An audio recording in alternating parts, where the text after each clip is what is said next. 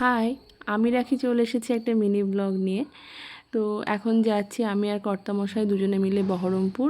তো ওর কিছু টেস্ট আছে, তার কারণ কিছুদিন আগে ও একটা অ্যাক্সিডেন্ট করেছিল, সেই জন্য ওর হাঁটুতে প্রচণ্ড ব্যথা, হাঁটতে পারছে না, বারবার হাঁটুটা ফলস খাচ্ছে। তো এইখানে ডাক্তারকে দেখিয়েছিলাম আমরা।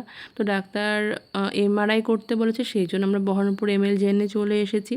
আর ওকে ভিতরে ঢুকিয়েছে, প্রায় 2 ঘন্টা ওয়েট করার পরে আমরা আমাদের নাম্বারটা পেলাম। তারপরে ও গেল ভিতরে। তো 20 মিনিট 25 মিনিট মতো সময় লাগে, আমি বাইরে বসে আছি। আর আমি ভিতরে গেলাম না, কারণ ভিতরে প্রচণ্ড আওয়াজও হয়। আর আমি এই ব্যাপারটা ডাক্তার, এই হসপিটাল, নার্সিংহোম, ডায়াগনোসিস সেন্টার এইসব নিয়ে আমি একটু নার্ভাস লাগে আমার, সেই জন্য আমি গেলাম না। তো ওর হয়ে গেছে, বেরিয়ে এসেছে।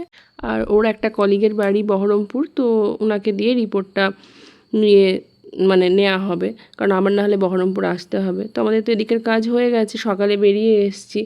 তো এখন ভাবছি কিছু খাওয়া দাওয়া করা যাক। কী খাবো ভাবতেই ভাবলাম যে বহরমপুরে তো করিমস খুলেছে, 2 বছরের বেশি হয়ে গেল, তো এখানে তো যাওয়া হয়নি। তো আমরা দুজনে যখন এসেছি একবার ঢু মারি, তো সেই যে ভাবা সেই কাজ, তো চলে আসলাম আমরা করিমসে। যদিও আমরা ভেবে এসেছিলাম কি খাবো, তবুও মেনু কার্ডটা একবার দেখে নিচ্ছি।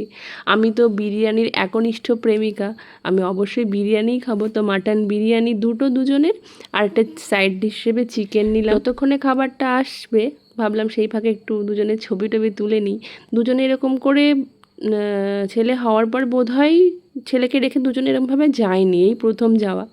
তো একটা অন্যরকম ব্যাপার, দুজনে আলাদা করে একটুখানি একান্তে সময় কাটানো, খাওয়া দাওয়া, ঘোরা। তো আমাদের ছবি তোলার ফাঁকে আমাদের খাবারও চলে এসেছে। আর দেখতে তো খুবই সুন্দর লাগছে।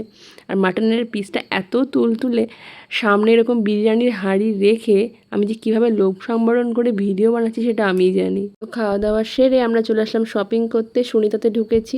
কারণ একটু একটু করে এখন থেকে বাজার না করলে তখন একবারে প্রচুর চাপ হয়ে যায়। তো আজকে বেসিক্যালি সব ছেলেদের জন্য কিনবো, জামাইবাবু, ভাসু, নন্দাই, তারপরে দিদির ছেলে, এই সমস্ত ছেলেদেরগুলো আজকে কিনবো। তারপরে বাচ্চাগুলো আর বাদবাকিদেরগুলো পরে কিনবো। তো এখানে কর্তামশাই ট্রায়াল দিচ্ছে, আর বিভিন্ন ব্র্যান্ডের উপরে বেশ ডিসকাউন্ট আছে, তো সেইগুলোই দেখছিলাম। তো কর্তামশাইও টি শার্ট, জিন্স এসবগুলো নিল। আর বাদবাকিদের জন্য বাজার করা হলো, বড়দিও এসেছে বাজার করতে, তো আলাদাভাবে এসছে, ওর সঙ্গে দেখা হয়ে গেছে। আর তারপর আমরা চলে এসেছিলাম রেমন্ডে, কারণ এখানে ভাইয়ের আমার কাকু ছেলে একটা ব্লেজার বানাতে দেওয়া ছিল, সেটা নেওয়ার জন্য। কারণ সামনে বোনের বিয়ে আসছে, ও এখন থেকে সেই সময় প্রিপারেশনও নিতে হবে, পুজো আছে, বিয়ে আছে, তো একদম শপিং জমজমাট হয়ে উঠেছে।